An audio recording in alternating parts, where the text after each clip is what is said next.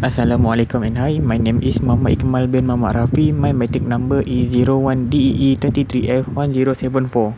In this video, I will explaining about bipolar junction transistor or BJT. Bipolar junction transistor. Bipolar junction transistor or BJT has three doped semiconductor regions separated by two p-n junction. The objective for practical work 3 is students should be able to sketch the symbol of transistor using the multimeter to check and identify the transistor electrode, the NPN or PNP type bipolar transistor, the silicon or germanium type of bipolar transistor, and to identify the terminal of bipolar transistor from its physical shape. BJT has three terminals. Each terminal has one function. The first terminal is base terminal. Base function to control current flow. For this BJT, I choose transistor 2N222 as my transistor. To identify the base terminal voltage BJT is first, select the ohm range selector to times 10 or times 100 ohm of the multimeter. Second step, name the three terminal of each transistor as terminal 1, terminal 2 and terminal 3. Usually, the middle terminal is terminal 2. Step 3. Touch the red probe of the multimeter to the first terminal of the transistor and touch the black probe to the second terminal of the transistor. Then record the meter reading in table. Step 4. Without changing the red probe position at the first terminal, move the black probe from the second terminal to the third terminal. Step 5. Now change the first terminal to black probe. Touch the red probe to the second terminal of the transistor. Finally, without changing the probe position at the first terminal, move the other probe from the second terminal to the third terminal. We also can repeat this procedure with another type of transistor to search for base terminal. If both of the readings on the meter showed a deflection between 20 to 500 ohm, this indicates that the terminal of the transistor is the base. Now for collector.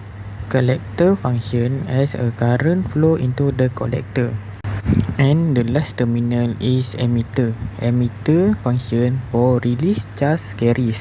To identify terminal for collector and emitter, first we need to change the ohm range to higher range, such as time 10 kilo ohm or higher ohmmeter scale range. The second and last step is observe the color of meter probe that touch the base terminal.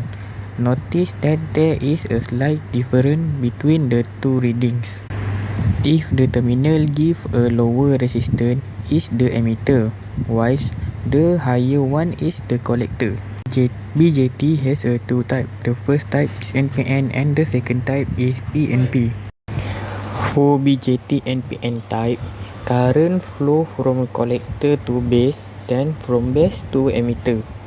Meanwhile, for PNP BJT, the current comes from the emitter to base, from base to collector.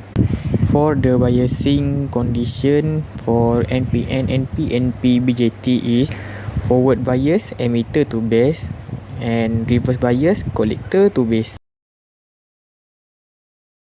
And now, I will demonstrate how to identify an NPN or PNP transistor using a multimeter by use transistor 2N222.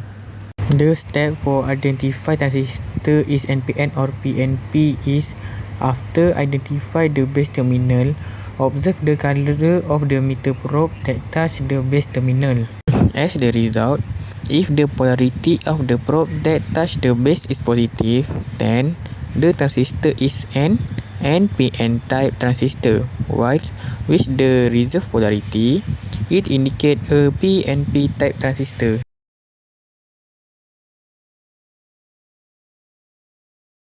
The material used to make BJT such as a silicon and germanium. However, silicon is more commonly used in a modern BJT cause from two factors.